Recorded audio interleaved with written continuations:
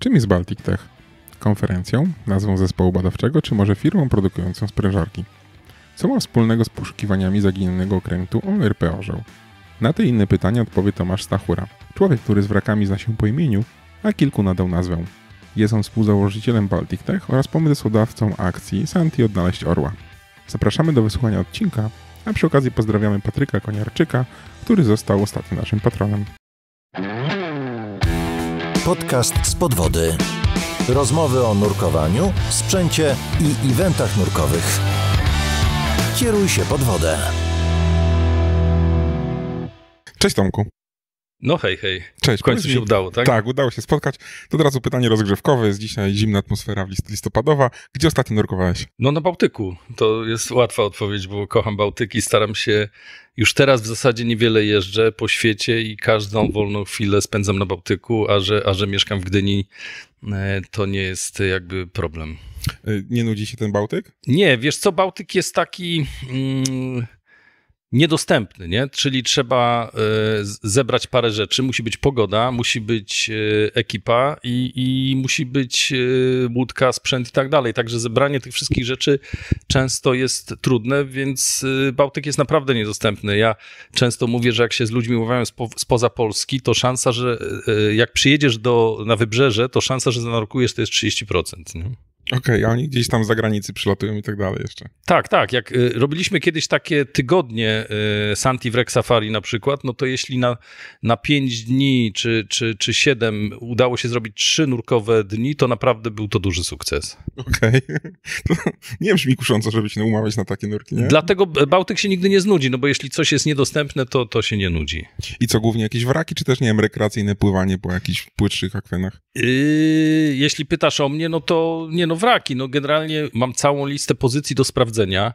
Ich jest kilkaset i to jest największa, w zasadzie najciekawsza rzecz. Czyli schodzisz na dół i nie wiesz, co tam jest. Nurkowanie na wraku, na którym już 1000 osób nurkowało, jest oczywiście fajne, ale nie jest tak ekscytujące. Jeśli schodzisz na dół i nawet jest to jakaś stara krypa czy kawałek kutra, to i tak jest to ekscytujące, jak jesteś tam pierwszą osobą, która to widzi. Mówisz, że masz takie jakieś wraki zapisane i ich sobie szukasz. Często znajduje ci się, nie wiem, zajść na takim nurkowaniu i nic nie znaleźć? Czy to jest raczej tak, że wiesz, że tam coś będzie? Wiesz co, teraz sprzęt już jest coraz lepszy, bo kiedyś to było tak, że się dostawało pozycję od rybaka, wędkarza, od kogoś, kto pracuje na morzu. Płynęliśmy na tą pozycję i mieliśmy tylko echosondę, która jakby troszeczkę ma ograniczone możliwości i schodziliśmy na dół i albo to były kamienie, albo nic. W tej chwili, zanim zanurkujemy, no to mamy na naszej łódce Enduro Multibeam, którym z reguły postaramy się przejechać nad tą pozycją. Multibeam widzi dno jakby w takim pas o szerokości 200 metrów, więc raczej już coś zobaczymy, więc w tej chwili rzadko kiedy jest tak, że schodzimy, nic nie ma. Już jakby wykorzystujemy jakby technologię do tego, żeby sprawdzić, co tam jest, a że jesteśmy coraz starsi, no to też jakby tej technologii staramy się mieć coraz więcej. Już wykorzystujemy od czasu do czasu rowa, no bo jeśli jest nurkowanie na 90 metrów i mamy tam zejść, a tam nie ma nic, no to trochę szkoda, więc tak. Jak schodzimy rowem, no to i zobaczymy coś ciekawego, no to wtedy już schodzi się na pewniaka. 90 metrów to dla nas nadal absurdalne głębokości w ogóle. Słuchaj. Dla nas też, wiesz, no jakby to jest dalej trudne nurkowanie, to nie jest nic prostszego, nie? Także dlatego staramy się to przygotować porządnie i takich nurkowań na 90 metrów mamy w roku kilka. To nie jest tak, że schodzimy za każdym razem. Chociaż szczerze mówiąc, żeby zobaczyć w przypadku naszej ekipy Baltic Techowej coś ekscytującego, no to już trzeba szukać tych wraków poniżej 60 metrów, bo większość tych trochę płytszych już jest bardzo mocno przebadana. No właśnie, porozmawiamy sobie dzisiaj o Baltic Techu, bo to jest temat dzisiejszego odcinka. Czym w takim razie jest Baltic Tech? To jest tak, że w 2007 roku z gronem przyjaciół z Trójmiasta powołaliśmy Trójmiejską Konferencję Techniczną. To było trochę tak, że wracaliśmy z czeskiej konferencji nurków technicznych. Czeskiej konferencji nurków technicznych. Tak. I byliśmy zafascynowani. Tam dość dużo się piwa wypiło i różnych alkoholi i wszyscy byli rozgadani. I trochę im zazdrościliśmy, bo mówimy, kurczę, no Czesi potrafią, dlaczego nie my? I w drodze powrotnej z Pragi stwierdziliśmy, że spróbujemy coś takiego za rok zrobić. I faktycznie nam się udało. Powołaliśmy Trójmiejską Konferencję Techniczną. To był rok 2007. Zrobiliśmy to w Jastrzębiej Górze. Ku naszemu zaskoczeniu już na pierwszą edycję przyjechało 176 osób. Wow, to sporo. Było sporo, ale jakby zrobiliśmy dwie rzeczy. Po pierwsze, środowisko nurkowe w Polsce było, delikatnie mówiąc, sobie trochę nieprzychylne. To znaczy jedni mówili źle na drugich, a my chcieliśmy pokazać, że w Trójmieście jest ekipa zgranych nurków, która nie zajmuje się polityką i jakimiś głupimi sprawami, tylko rzeczywiście nurkuje. I to się nam udało, bo wtedy w 5 centrów nurkowych, czy w 5 grup nurkowych, czy w 5 osób nurkowych stworzyliśmy tą konferencję. A druga rzecz, nie promowaliśmy siebie w żaden sposób, tylko zaprosiliśmy niekwestionowane autorytety. Takim gościem honorowym był Richard Lundgren ze Szwecji, który opowiadał nam o Bałtyku. Już od początku zapraszaliśmy zawsze ekipę Danu, czyli na czele z Jackiem Kotem, który jest niekwestionowanym autorytetem. I jakby poszliśmy w ten sposób, że nie opowiadaliśmy o sobie, że jesteśmy zarąbiści i robimy niestworzone rzeczy, tylko opowiadaliśmy od początku, jak trudne jest nurkowanie i promowaliśmy od początku odpowiedzialne nurkowanie, ale nie promowaliśmy siebie. Dopiero na kolejnej edycji coś o sobie opowiedzieliśmy i to chyba spowodowało, że ludzie załapali jakby ten klimat, bo jechało się do Trójmiasta posłuchać, co to jest nurkowanie, jak nurkować bezpiecznie, a nie co robią chłopacy i jacy są świetni. A druga rzecz, od początku na przykład mieliśmy pewne zasady, nie promowaliśmy nigdy rekordów. I do dzisiaj mamy pytania, żeby wystąpił jakiś rekordzista, a ja zawsze mam takie powiedzenie, że nurkowanie przy linie na dużą głębokość to jest jak całowanie lwa w dupę, bo przyjemność taka sobie, a ryzyko spore. Jak widzicie sami, przy głębokich nurkowaniach zdaje się, że 1 na 10 nurkowań kończy się śmiercią, to jest prawie jak rosyjska ruletka, więc jakby nigdy tych nurkowań nie promujemy. Promujemy bezpieczne nurkowanie. Nie promujemy głupkowatych nurkowań. Jakby staramy się, że jeśli ludzie już poświęcą czas, zapłacą za bilety, które nie są tanie i nigdy nie były tanie od początku, to chcemy ich w ten sposób uszanować, że przyjeżdżają i coś faktycznie dobrego zobaczą. Mało tego, wystawcy... Od początku robiliśmy tak, że wystawcy nie musieli płacić za stoisko, ale musieli ufundować nagrody, co też przyciągało jakby zainteresowanie. Jakby staraliśmy się zachowywać też uczciwie, a to jest bardzo ważne. Ludzie wyczuwają natychmiast, czy jesteś uczciwy, czy masz jakieś zawaluowane tam cele i chcesz coś przemycić i coś tanio sprzedać. My nie chcieliśmy nic tanio sprzedać, chcieliśmy się podzielić swoją pasją i to zagrało. Na początku robiliśmy co roku, ale żeby zrobić taką konferencję dobrze, to naprawdę trzeba się do tego przyłożyć, a przecież mamy swoje życie, swoje prace i to nie jest tak, że robimy to zawodowo. Potem przekształciliśmy to, chcieliśmy się już zrobić bardziej międzynarodowi, więc nazwaliśmy się Baltic Tech. Troszeczkę na wzór Euroteka i Osteka, bo aspirowaliśmy do tego, żeby być jedną z tych 3 konferencji. Mogę z dumą powiedzieć, że jesteśmy w tej chwili największą konferencją na świecie techniczną. Mamy świetne relacje z Eurotekiem i wiem, że Eurotech przeżywa jakby kryzys organizacyjny dość mocny. To jest naprawdę bardzo czasochłonne zrobić taką konferencję. Nam w Polsce jeszcze idzie to dość sprawnie, bo jakby trochę jeszcze są inne regulacje w Polsce niż w Wielkiej Brytanii i tak dalej. I powstał Baltic Tech, który jest organizowany co 2 lata. Przenieśliśmy go do Gdyni. Gdynia nam bardzo na początku jakby pomagała. Chcieliśmy Gdynię nazwać nurkową stolicą Polski i tak dalej. No, jak to już było dalej, to już wiemy, bo konferencja stała się dość duża i wiele osób na nią przyjeżdża. Ale powstało potem coś jak grupa Baltic Tech, czyli konferencja była co 2 lata. W listopadzie zawsze był wielki szum, a potem 2 lata się nic nie działo, a my przecież nurkowaliśmy. To nie tak, że my nic nie robiliśmy. No więc, żeby się nazwać jakoś, zaczęliśmy się po prostu nazywać grupą Baltic Tech i to zadziałało, bo zaczęliśmy też występować w imieniu środowiska nurkowego i świetnym przykładem jest sprawa Frankena.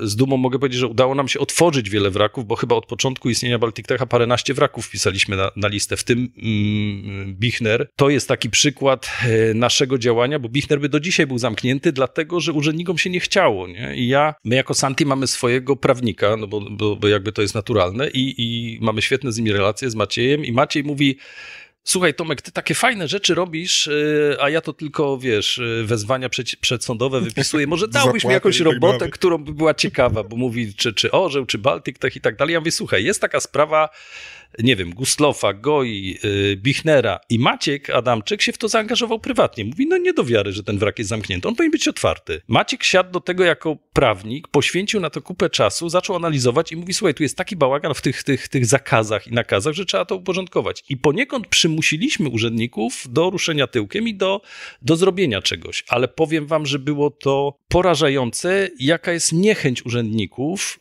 do tego stopnia, że spotkaliśmy się z sędzią, który jakby odpowiadał za kontakty z Urzędem Morskim i on w niewybredny sposób powiedział, ja nie ruszę palcem, żeby paru nurków mogło sobie nurkować, mi się nie chce zwyczajnie. Nie?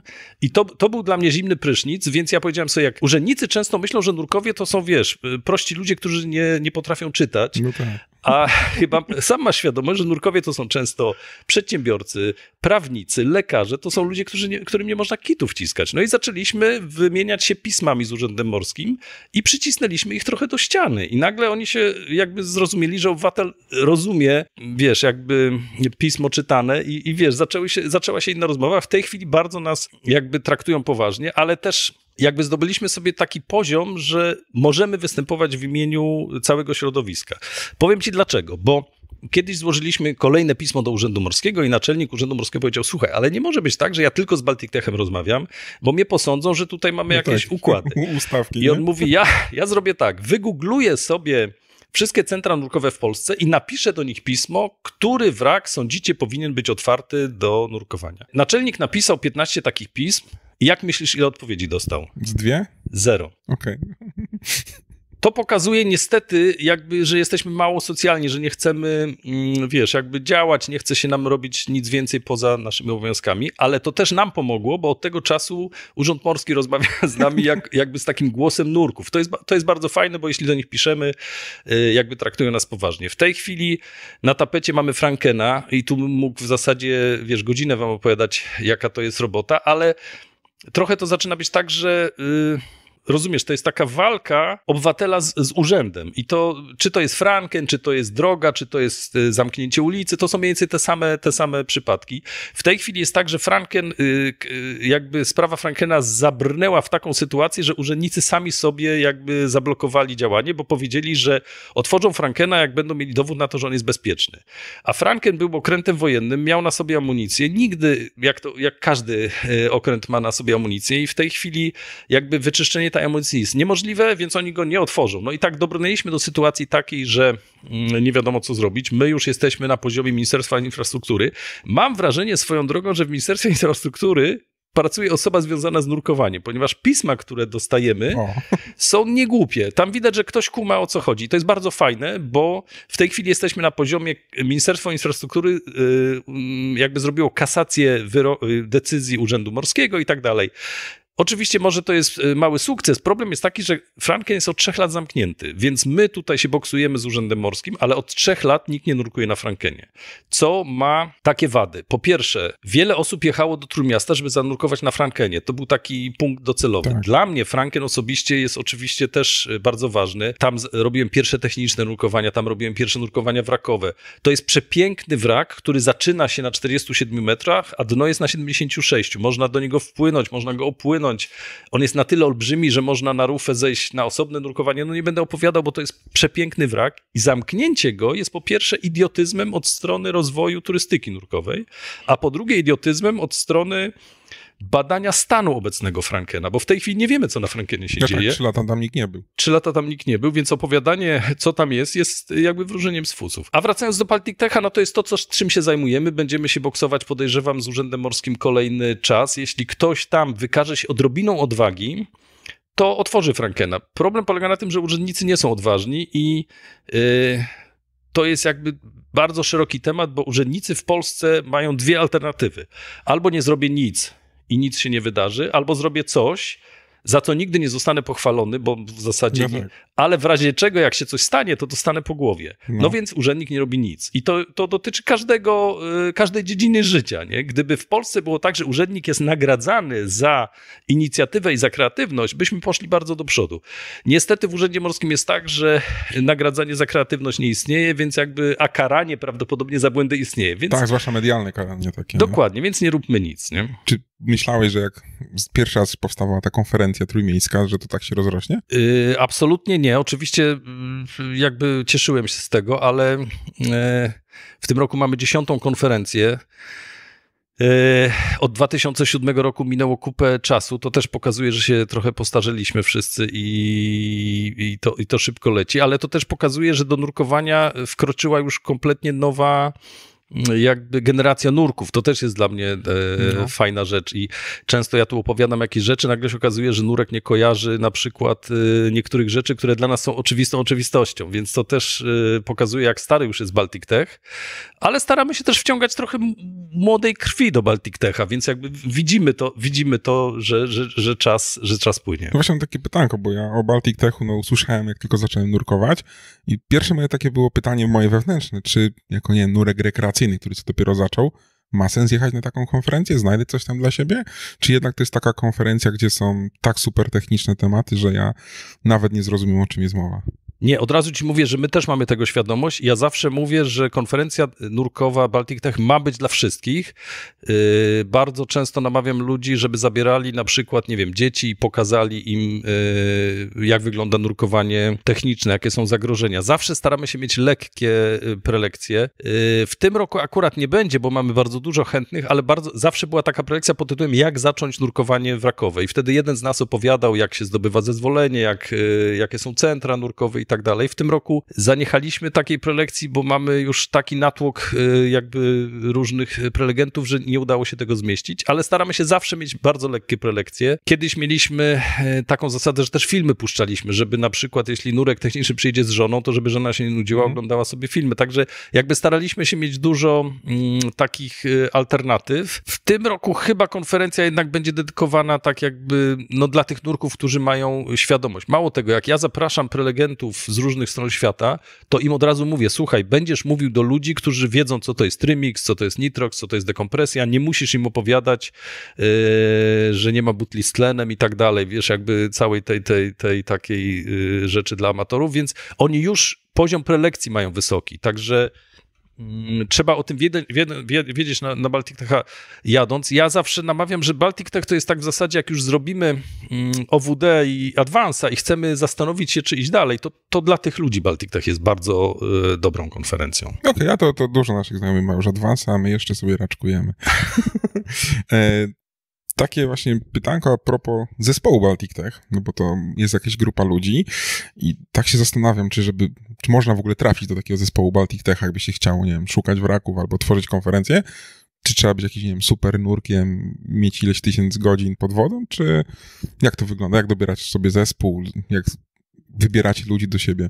Po pierwsze nie ma reguł, bo to jest tak, wiesz, Baltic Tech nie jest komercyjną, nie świadczymy usług, o tak, nie? Jesteśmy grupą przyjaciół, która zaczęła nurkować razem, tak jak wiele takich grup przyjaciół jest i tak jak wiele takich grup przyjaciół dobiera sobie znajomych na podstawie swoich kryteriów, nie? Jeśli ty jedziesz na nurkowanie, no to nie ogłaszasz listy castingu, tylko kogoś lubisz, z kim ci się fajnie rozmawia i tak dalej. Na początku byliśmy taką wąską grupą ludzi, którzy są sprawdzeni, którzy nurkują ze sobą, którzy się znają od 20 lat. Ja mam to szczęście, że mam dość fajną łódkę, bo jakby zdałem sobie sprawę parę lat temu, że jeśli nie będę miał swojej łódki, to nie rozwinę się, bo pożyczanie łódek i czarterowanie to jest ślepa droga. Czekasz na wolny czarter, plus czekasz na pogodę, nigdy nie pływasz. Mało tego, okazało się, że wielu szyprów nie do końca jakby potrafi to dobrze robić i byłem jakby rozczarowany schodzeniem i oglądaniem żółtego piasku na dnie, wiedząc, że tam niby miał być wrak, więc postanowiłem 8 lat temu kupić łódkę dla siebie i to była fajna decyzja, decyzja, bo od tego czasu ruszyliśmy strasznie do przodu, bo mamy swoją łódkę, rozwinęliśmy się i odpowiadając się na twoje pytanie, w grupie Baltic Techa wszyscy są tacy multifunkcyjni, czyli jeśli płyniemy na Bornholm i jest nas 6, to każdy umie łódkę prowadzić, to jest pierwsza rzecz. O, super.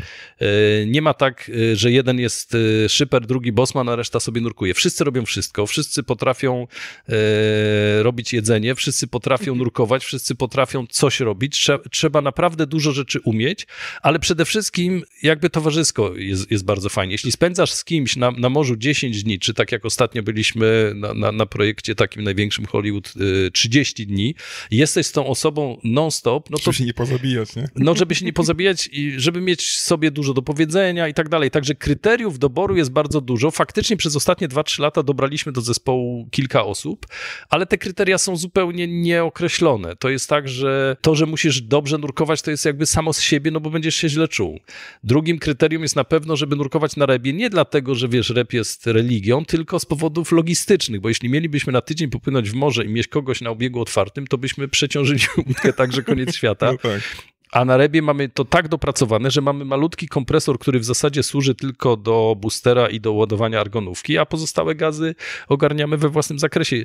Każdy z nas ma zapasowe butle do reba. Czasami jest tak, że przez 4 dni nie używamy kompresora, w zasadzie służy tylko do dobicia argonówki, a tak wszystko mamy ze sobą, więc jakby kryteriów jest wiele i one są niespisane, one są takie, wiesz, nasze po prostu. Jeśli z kimś wyjdziemy w morze, czujemy się świetnie, to go chcemy mieć w zespole. Na pewno trzeba mieć dużo umiejętności takich, samo dobre nurkowanie absolutnie nie jest żadnym kryterium, ale trzeba rozumieć, jak się robi zdjęcia po to, żeby być dobrym doświetlaczem.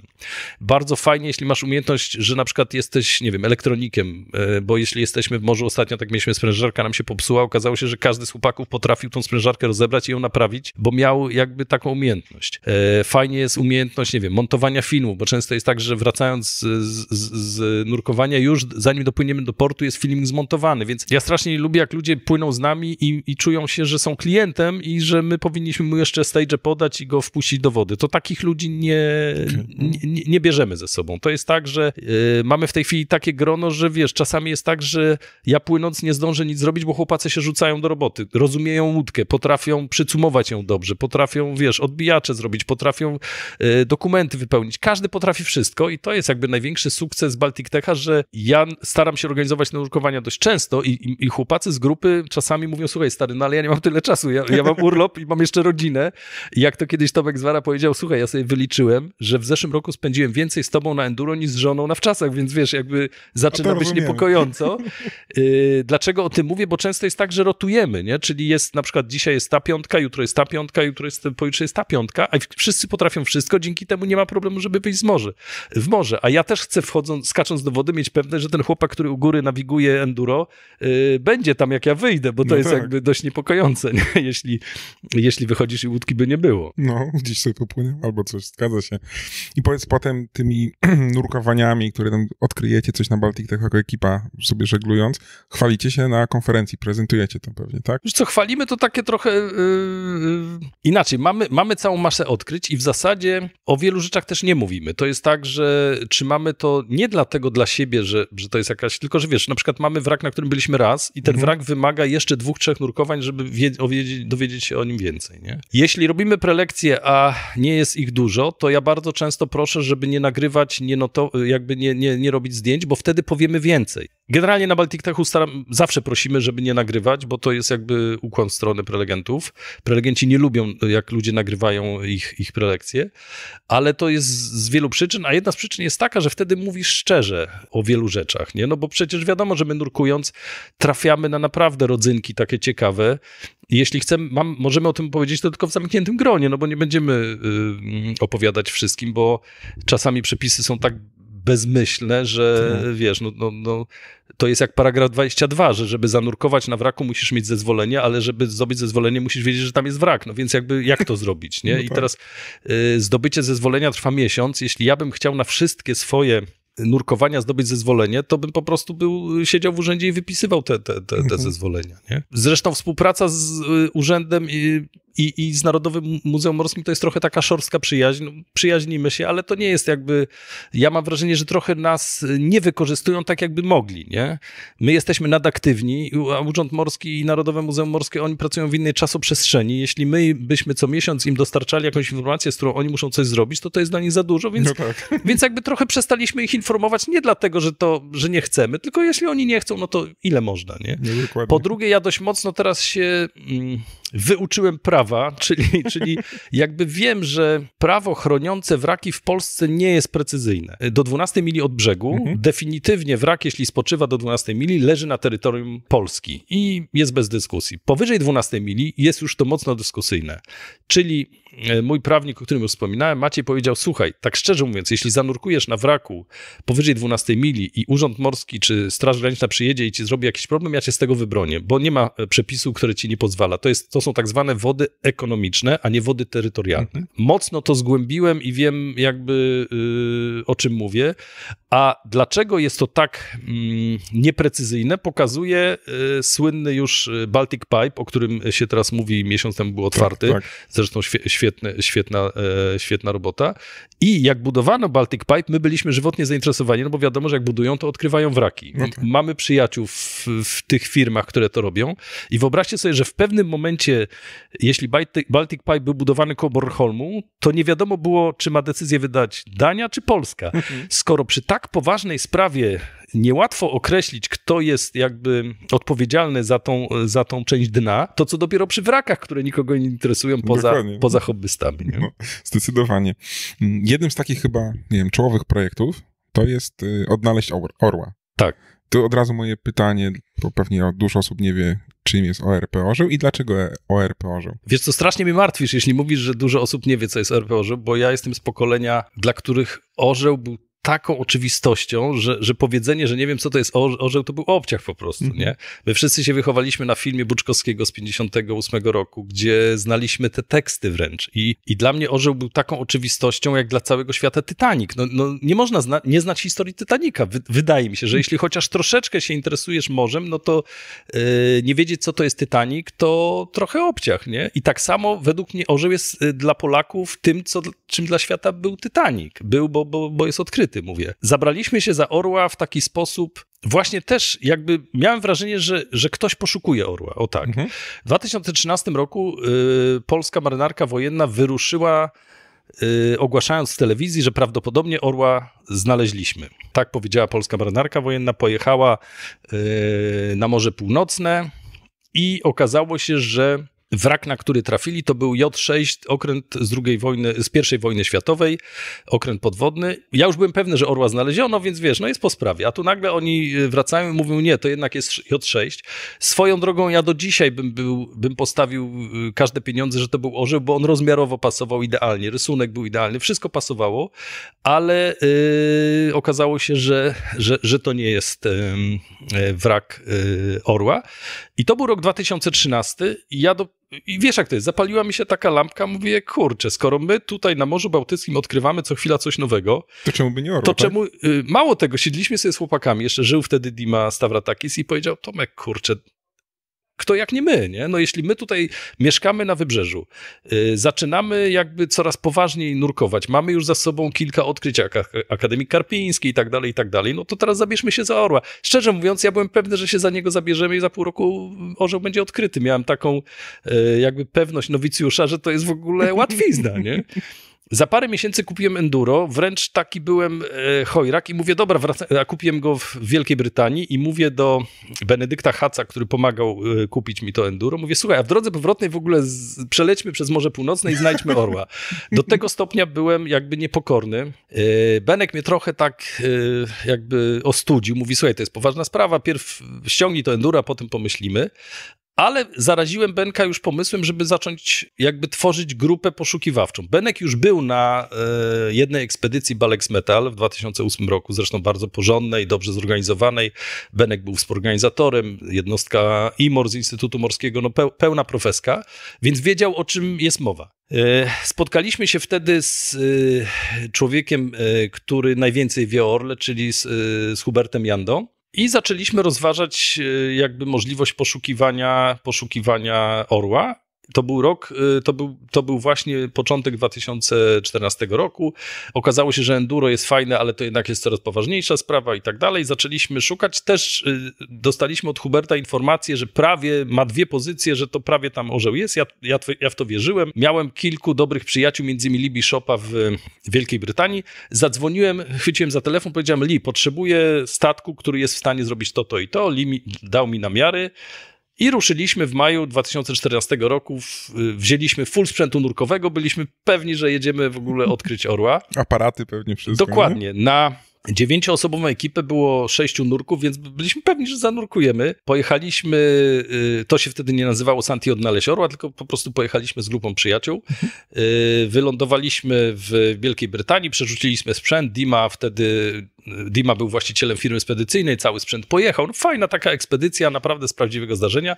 Przyjeżdżamy do szkockiej miejscowości Whitby, a tam stoi kuter Chieftain, czyli herszt, który wygląda, jakby miał zatonąć za 5 minut.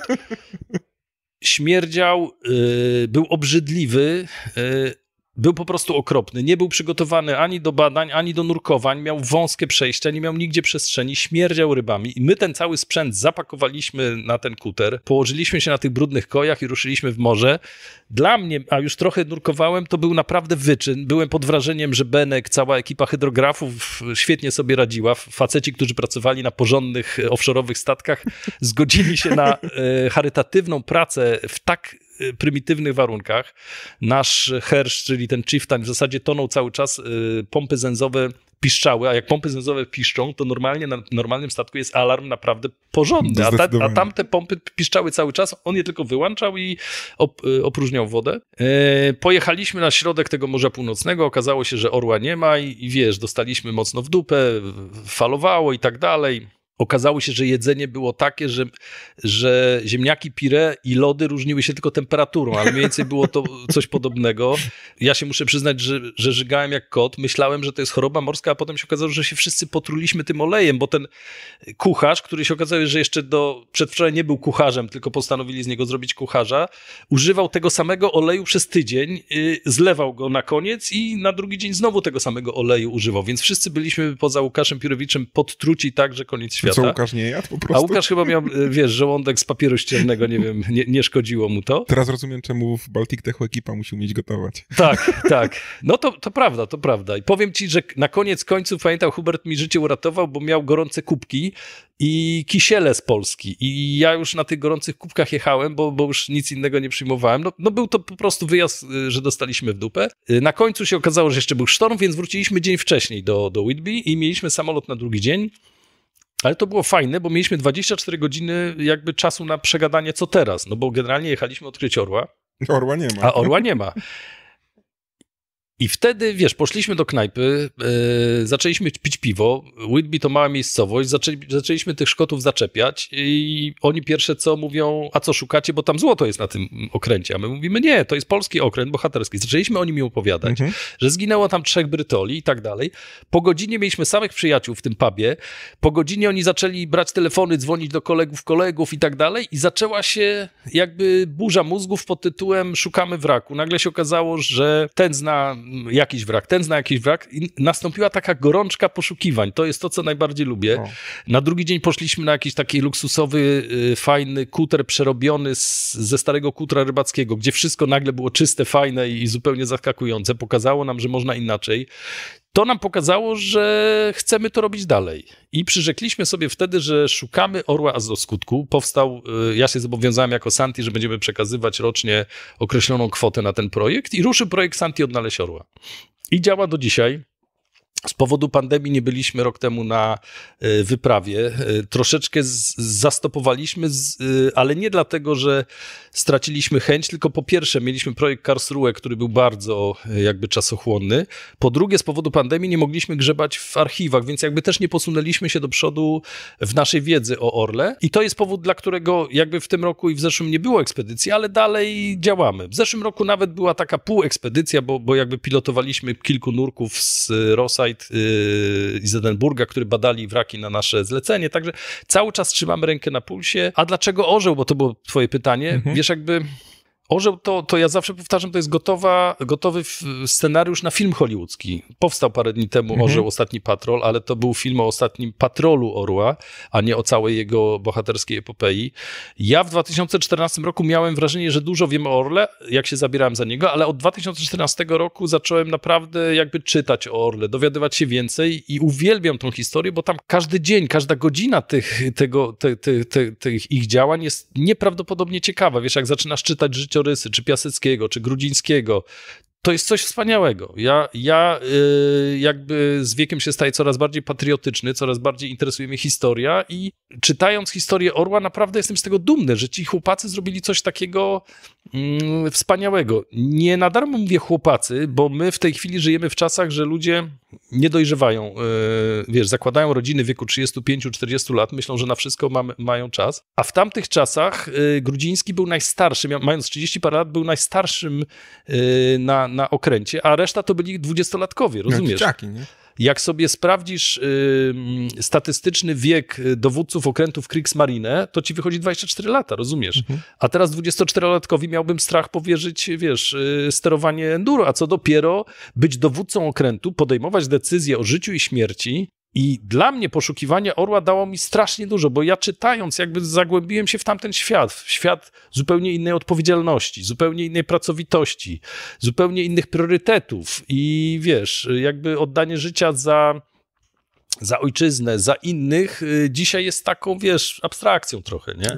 Może przez historię jakby wojny na Ukrainie trochę zaczęliśmy o tym myśleć, ale żyjemy w tej chwili w tak nieprawdopodobnie komfortowych i wygodnych czasach, że złamany paznokieć powoduje depresję u niektórych, a mówi się, że pokolenie wojenne było pokoleniem, gdzie było najmniej depresji, bo jakby rzeczywiste problemy życiowo-bytowe powodowały, że nie miałeś czasu na duperele, a w tej chwili jakby jesteśmy słabi psychicznie, więc warto sobie poczytać o tamtych chłopakach, którzy naprawdę musieli podejmować nieprawdopodobne decyzje. No czy fakt, że nawigowali bez map, tak?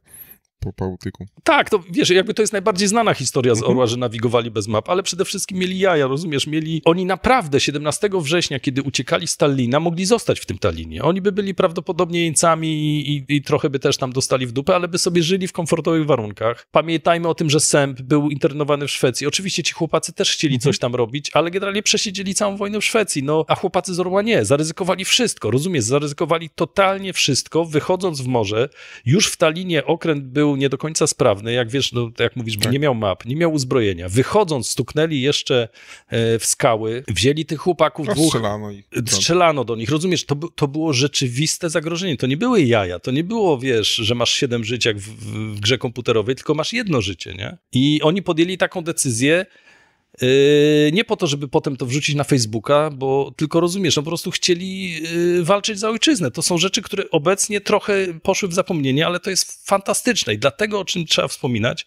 I jak to powiedział Benedykt Hac, o którym już mówiłem, my jako Santi Odnaleźć Orła wydobyliśmy orła z czeluści niepamięci. I to jest największy sukces na razie, bo przez te 9 ekspedycji, które zorganizowaliśmy, przypominamy historię orła.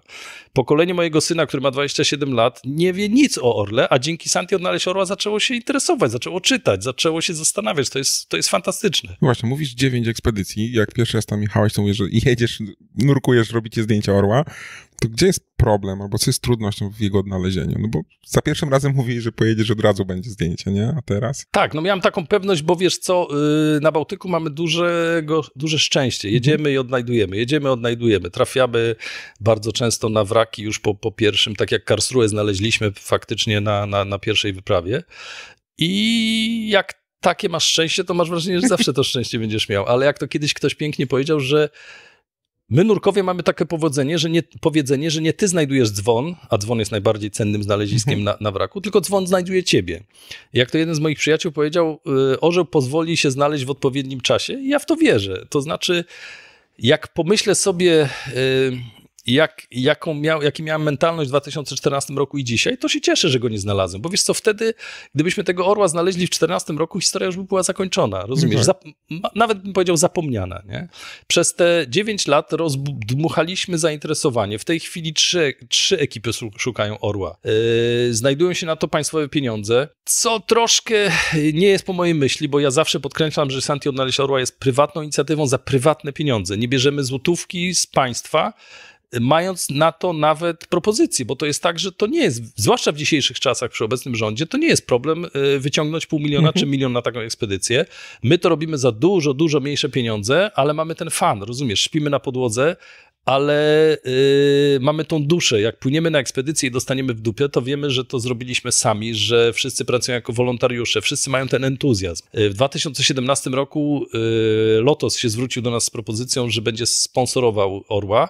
Na początku myślałem, że Pana Boga za nogi złapałem, ale potem się okazało, że to wcale nie jest tak. Musiałem jeździć na jakieś spotkania, wypełniać formularze. Potem podpisałem umowę, gdzie będę musiał chodzić w białym softshellu, pić z białego kubka z napisem Lotos i tak dalej. I muszę mówić takie i takie zdania. No to przestaje być fajny wtedy. Mało tego, w ekipie zaczęły się smrody, brzydko mówiąc, bo ktoś mówi, słuchaj, no to ja w takim razie, skoro Lotos miał wyłożyć 150 000 na antenę satelitarną, to ja chcę dostać, nie wiem, 10 000 za moją robotę, którą robię. Nie? No tak.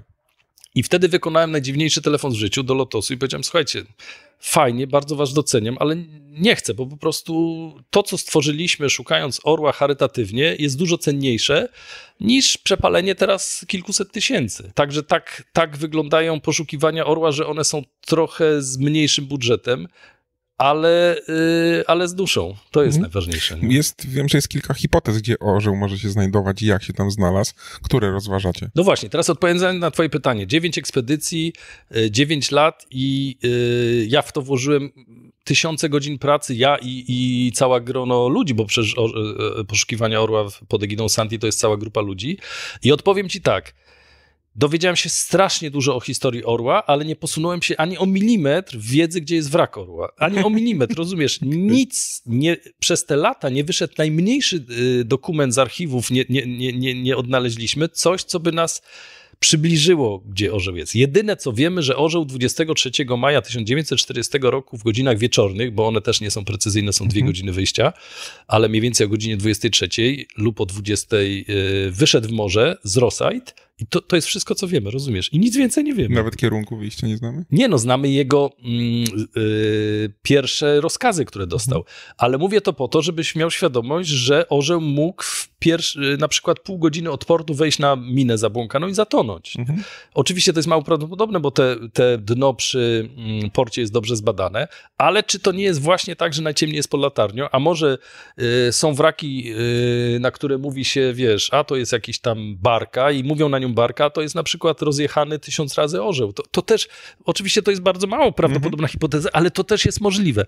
Dlaczego Orła się nie udało dotychczas odnaleźć? Właśnie dlatego i dlatego to jest takie fascynujące. Orzeł dostał rozkaz wychodząc w morze, że ma patrolować obszar A3, ma do niego dojść w przeciągu 2 dni i to jest wszystko, co wiemy. Potem dostał rozkaz, żeby przejść do obszaru A1, potem jeszcze jeden rozkaz, ale czy te rozkazy do niego dochodziły, nie wiemy. Rozumiesz? Nie ma nawet potwierdzenia. Że tak. Jednym słowem, orzeł wychodząc w morze, ostatnia rzecz, którą wiemy na pewno, że minął się z okrętem brytyjskim, oddali sobie honory i to wszystko, rozumiesz? Dlaczego jest to takie ważne? Bo w 2021 roku, rok temu, rozmawialiśmy z Piotrkiem Michalikiem, który w tej chwili, który mieszka, jest to tak zwany nasz człowiek w Wielkiej Brytanii i rozmawiałem z nim na ten temat i on mówi, Tomek, a może orzeł wyszedł i faktycznie zaraz zatonął w Rosyth i zaczął szperać i okazało się, słuchaj, że w kwietniu 1940 roku niemiecki okręt podwodny czy stawiacz min wpłynął w zatokę Firth of Forth, która na północ od Edynburga, cały ten taki trójkąt koło Edynburga jest i rozstawił pole minowe, o którym przez 2 tygodnie Brytyjczycy się nie zorientowali. Jest hipoteza mówiąca o tym, że Grudziński wychodząc w morze 23 maja nie wiedział o tym polu minowym. Na tym polu minowym Brytyjczycy stracili 3 jednostki. I one tam leżą fizycznie, wiemy, gdzie to pole minowe jest. I Piotrek zaczął mi mówić, słuchaj, chłopacy wychodzą w morze, są wkurzeni, bo mieli mieć przerwę, mieli mieć urlop, mieli iść na stocznię i nagle dostają rozkaz, natychmiast mają iść w morze. Taki trochę dziwny rozkaz. Wychodzą, są wkurzeni, nie są czujni i przy samym wyjściu z portu, godzinę od portu wjeżdżają na pole minowe, bo nie byli czujni. To jest możliwe, naprawdę. Zdecydowanie. No i Piotrek Michalik zaczął grzebać, poszedł nie jest nurkiem, jest historykiem bardziej, amatorem, więc zaczął grzebać w mapach, pogadał z rybakami, no i co? I nagle trafia na informację nieznany okręt podwodny. No historia jak z bajki. Parę mil na północ od Edynburga, 20 mil od Rosyth, no wszystko się zgadza. dzwoni do mnie, mówi, słuchaj, ty nie do wiary, mam normalnie napisane, jedno z centrów nurkowych organizuje nurkowania i tam jest napisane nieznany okręt podwodny. No to po prostu, lepiej by się nie mogło składać. Była pandemia, 21 rok, nie sposób się wybrać do Wielkiej Brytanii. Ja mówię, słuchaj, a może oszczędzając koszty, zrobimy tak, że wynajmiemy nurków brytyjskich i mamy wielu przyjaciół, to jest właśnie największy plus jakby pracy w branży hobbystycznej, że my wszyscy nie tyle jesteśmy jakby kontrahentami, co jesteśmy przyjaciółmi, więc wystarczyło parę telefonów do paru przyjaciół Wielkiej Brytanii. Oni taką dżentelmeński agreement jakby zawarliśmy, że jeśli odkryją i będzie to orzeł, to o tym nie powiedzą. Wynajęliśmy korespondencyjnie ryba, oni skoczyli na to nurkowanie, tam nie była wielka głębokość, 20-30 metrów i zeszli na dół. Okazało się, że nie jest to nieznany okręt podwodny, tylko jest to jakiś parowiec. Był wielki kocioł parowy i tak dalej, narysowali to. Czyli coś tam robiliśmy w tym 2021 roku. Ale wiesz, nawet jak teraz ci to odpowiadam, to się tym ekscytuję, bo to są właśnie najfajniejsze emocje. Jak szukasz wraku, to właśnie może czasami to szukanie jest najbardziej emocjonujące, więc gdybyśmy odkryli orła w 2014 roku, to już byśmy tego byli pozbawieni. Oczywiście chcę odkryć orła przed szeroko pojętą emeryturą, ale cała ta historia, wiesz, pozwoliła mi poznać olbrzymią masę wspaniałych ludzi, nauczyć się bardzo dużo, także jest dużo pozytywów i 2 miesiące, 3 miesiące temu mieliśmy premierę Orzeł Ostatni Patrol, gdzie mieliśmy zaszczyt trochę pomagać przy zdjęciach podwodnych i z Jackiem Bławutem, reżyserem, rozmawiałem, a on na koniec mówi, Tomek, nie odkrywajcie tego orła, nie? Niech on zostanie legendą, bo jak ty go odkryjesz, to czar pryśnie, nie? Jest tak trochę w tym. Też się zastanawiałem, słuchaj, gdyby się okazało, że orzeł wpłynął w banalny sposób na zabłąkaną minę, to trochę smutna historia, nie? No bo nagle bohaterski okręt, a oni po prostu przez nieuwagę wpłynęli na milę i zatonęli. No to trochę takie słabe, dlatego może to nie odkrycie orła jest czasami dużo ciekawsze niż odkrycie. Tak, całe to szukanie, grzebanie w archiwach i tak dalej. To jakie w takim razie dalsze plany? Tak jak ci powiedziałem, orzeł się pozwoli odkryć w najlepszym momencie dla sprawy. Ja w to mocno wierzę. Jestem bardzo jakby o tym przekonany. Robię swoje. Muszę ci powiedzieć, że ja w swoim życiu 6 razy usłyszałem informację, że orzeł jest odkryty. Naprawdę, ja siedzę w tym po uszy, więc to jest... Powiem ci, ja słyszałem to nawet tydzień temu gdzieś w internecie. Tak. I to jest pierwsze oczywiście 2 czy 3 historie wzbudziły u mnie olbrzymie bicie serca i sobie myślę, no cholera, szkoda. A potem już jakby trochę sobie łatwiej z tym poradziłem, ale usłyszałem to od osób, które naprawdę bardzo poważnie znają się na tej swojej robocie i napisałem maila, Tomek, mamy orła, słuchaj, wysyłały mi zdjęcia, to wszystko pasowało, potem się okazywało, że to był tam LH-10 na przykład z Wielkiej Brytanii i tak dalej. Ja wiem, że Opatrzność nam pisze nieprawdopodobny scenariusz. Zobaczysz, ten orzeł będzie odkryty w najlepszym momencie dla sprawy, to będzie takie wow, to będzie do tego olbrzymia historia. Ja zajmując się poszukiwaniami wraków doświadczyłem tak nieprawdopodobnych zbiegów okoliczności, takich niesamowitych wydarzeń. Byliśmy na jakimś wraku wielokrotnie i to były nudy. Schodzimy po 10 latach i znajdujemy dzwon na tym wraku, który nagle wychodzi z piasku jakimś cudem. Albo schodzimy na chłopacy, na przykład jacyś ludzie schodzą na wrak, mówi nic ciekawego, tam sieci. My schodzimy, a tam po prostu jakbyśmy do muzeum zeszli. Przepiękny żaglowiec ze wszystkim, co może sobie wymarzyć, poszukiwać wraków, więc ja się otarłem o tak fajne historie, że nie chce mi się wierzyć, że orzeł nie będzie kolejną fajną historią. Będzie, na pewno. Jeszcze tak się zastanawiam, czy już ktoś nie nurkuje na orle, nie wiedzą, że to orzeł. Absolutnie, masz rację. Bardzo fajnym przykładem jest trałowiec, który nie miał nazwy pod Helem przez wiele lat, zanim nie został zidentyfikowany jako Munin, czy słynna Abilla, na którą do dziś mówimy Abilla, a to nie jest Abilla, więc wiesz, poszukiwacze wraków mają ten przywilej, że mogą nazwać jakiś wrak. Fajnym przykładem jest wrak, który odkryliśmy parę lat temu z Jackiem Kapczukiem. Zeszliśmy na niego na środku Bałtyku. Fajny parowiec, nie wiedzieliśmy o nim nic, a że piliśmy sobie wieczorem wino Veneto, to nazwaliśmy go Veneto. No i wiesz, on oczywiście chodzi w tej nazwie w naszym gronie. Zresztą w tym roku go zidentyfikowaliśmy. Wiemy, że to jest ostatnia strata Kriegsmarine w 1945 roku. Swoją drogą świetna historia. 9 maja 1940 roku, w dniu zakończenia II wojny światowej. Jak wiesz, alianci wydali taki rozkaz, że do 2 czy 3 maja, nie pamiętam, wszystkie okręty i jednostki Kriegsmarine mają być być w portach, wszystko inne zostanie zatopione. No i ta barka została zatopiona, więc odkryliśmy, pierw to było Veneto, a potem po głębszych analizach okazało się, że to jest taki tankowiec, mini tankowiec Kriegsmarine, który został zatopiony 9 maja 1945 roku. Ekstra. Mnie jeszcze tak ciekawi, jak się w ogóle identyfikuje wraki, bo mówi, że parę osób znalazło orła, wszystko się zgadzało, a później się okazało, że to jednak nie orzeł. Jak się rozpoznaje taki wrak? Bo ja rozumiem, że to są jakieś, nie wiem, fragmenty, szczątki, czegokolwiek? Słuchaj, najlepiej się identyfikuje jednostki wojenne, czyli okręty, bo one są zarchiwizowane, sklasyfikowane. To znaczy u nas w zespole jest Daniel Pastwa i Tomek Zwara, którzy mają olbrzymią wiedzę historyczną. Daniel stworzył swego czasu taką listę zatopionych jednostek Kriegsmarine na południowym Bałtyku. I my mamy tą listę i najzwyczajniej w świecie odhaczamy. Nie? Czyli jeśli wiemy, że jakaś jednostka ma, nie wiem, 105 metrów, to już jest największa informacja. Jeśli wiemy przybliżony rejon zatopienia, to już jest jakaś informacja. Potem staramy się dotrzeć do zdjęcia, no i porównujemy to, co widzieliśmy, to, co udało się zrobić na zdjęciu, czy nawet multibeamem zrobić, z tym, co jest. Ale to jest, ja to się śmieję, że to jest czasami równie interesujące jak nurkowanie. Podam ci przykład.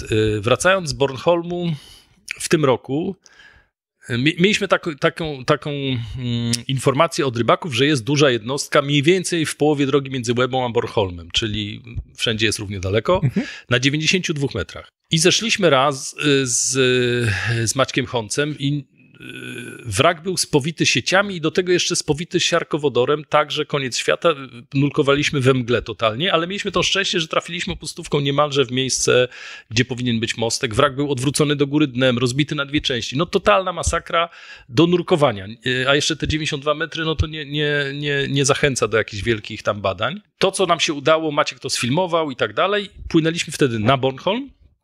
Spotkaliśmy się z nurkami na Bornholmie, oni mówią, to jest Tiger. Tiger, czyli dość duży trałowiec, czy nie wiem, czy nie niszczyciel, nawet z II wojny światowej. Swoją drogą jedna z pierwszych strat Kriegsmarine, bo zdaje się 23 sierpnia, jeszcze przed wybuchem II wojny światowej, został zatopiony w wyniku kolizji z inną jednostką Kriegsmarine. Identyfikacja jest bardzo trudna, no bo wrak jest do góry dnem, leży w siarkowodorze, zakutany sieciami, ale jak nam chłopacy z Bornholmu powiedzieli, że to jest Tiger i że tam jeszcze nikt nie nurkował i że to bardzo trudne nurkowanie i że ten Tiger jest nie do końca znaleziony, my to ogłosiliśmy w internecie, że zrobiliśmy zdjęcia, no to nagle się wtedy odezwali, bo to tak z reguły jest, wszyscy się odzywają, a ja już tam byłem, a nie byliście pierwsi i tak dalej. Generalnie przyklepaliśmy, jakby nie uzurpujemy sobie prawa, że go odkryliśmy, ale że jakby byliśmy my jako Baltic na Tigerze. Ale zrobiliśmy dość, wiesz, jakby GoPro fajne zdjęcia i zaczęliśmy te zdjęcia porównywać z autentycznym zdjęciem Tigera.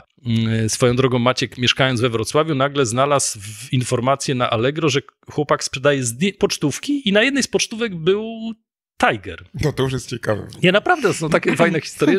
I słuchaj, ten Maciek wsiadł w samochód, pojechał pod Poznań do jakiegoś pana, który kompletnie nie jest nurkiem, który po prostu zbiera pocztówki, kupił od niego tą pocztówkę Tigera, przy okazji kupił parę książek, zaprzyjaźnił się z nim, czyli też kolejna niesamowita historia, wysłał nam to zdjęcie i zaczynamy porównywać i tak, wiesz, no nie pasuje nam to, co widzieliśmy. Ja zacząłem oglądać szczegółowo zdjęcia jeszcze raz z tego GoPro i nagle patrzę, tam jest taki stabilizator, taki sterownik, który występuje na jednostkach z I wojny światowej.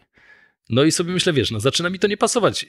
Potem znaleźliśmy taki mini herb na to wszystko, wiesz, jakby przy tej słabej widoczności i znaleźliśmy dwa elementy na tym filmie, które jakby dowodzą, że jest to jednostka z I wojny światowej. Z tego, co pamiętam, Tiger był wybudowany w 28 roku, więc jakby już nie stosowało się pewnych rozwiązań.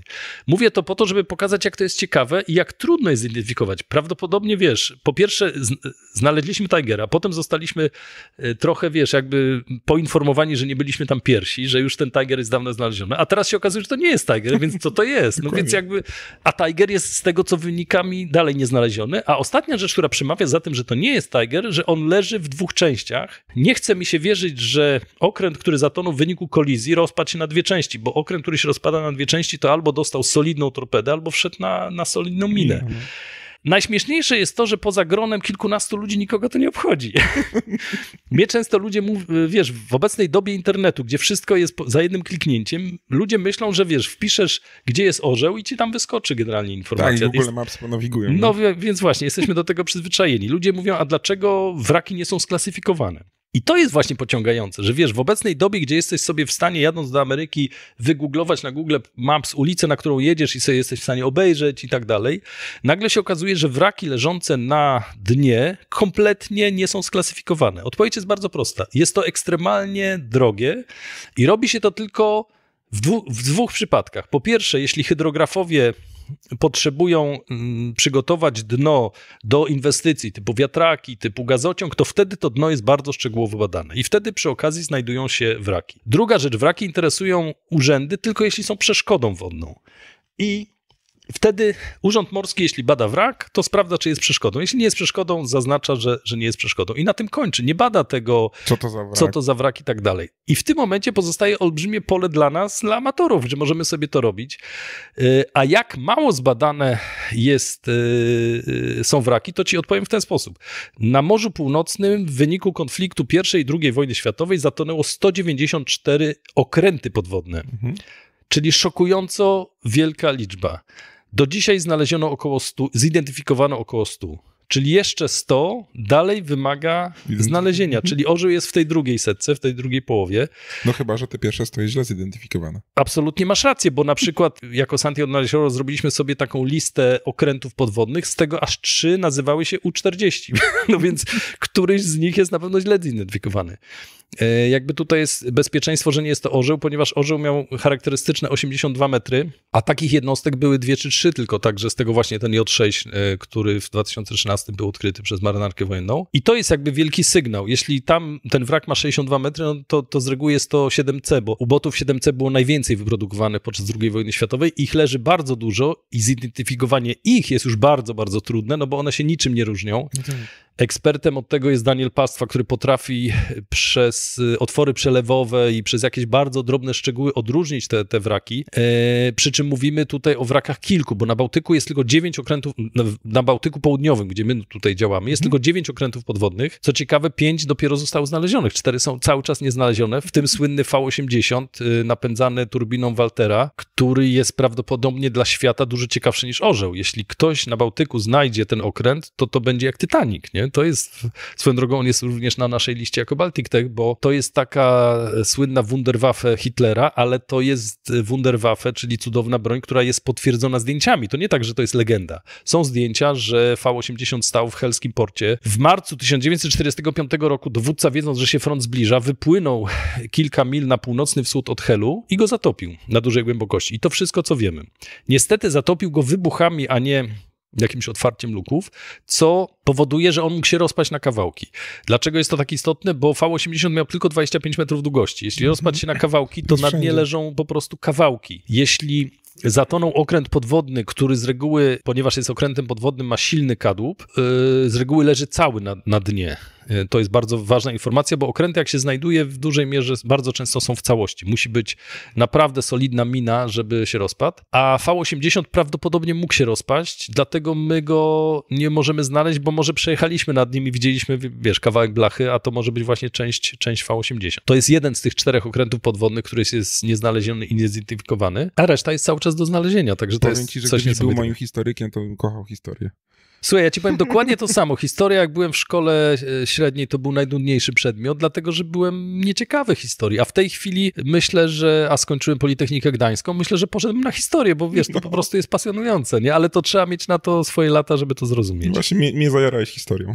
No to bardzo się cieszę. Także dzięki za super wiedzę i co? Do zobaczenia na Baltic Techu w takim razie. Dzięki, zapraszam. Baltic Tech już niebawem. Mogę powiedzieć, że mamy rekordową liczbę wyprzedanych biletów, rekordową liczbę prelegentów, bardzo fajnych prelegentów. Mamy wystawców, tu z dumą mogę powiedzieć, że część wystawców na przykład chce zrobić premierę swoich produktów na Baltic Techu. To też świadczy o skali eventu, także super impreza się szykuje i cieszę się, że się zobaczymy już za parę dni. Do zobaczenia, do usłyszenia. Dzięki. Dzięki, do zobaczenia. Dziękujemy za wysłuchanie odcinka. Każde odtworzenie, każde udostępnienie, polubienie czy komentarz to dla nas bardzo cenne wsparcie. A jeśli podoba Ci się nasza twórczość, możesz wesprzeć nas w serwisie Patronite. Mamy nadzieję, że zechcesz przyłączyć się do współtworzenia Spod Wody i dorzucić swoją cegiełkę do tego projektu.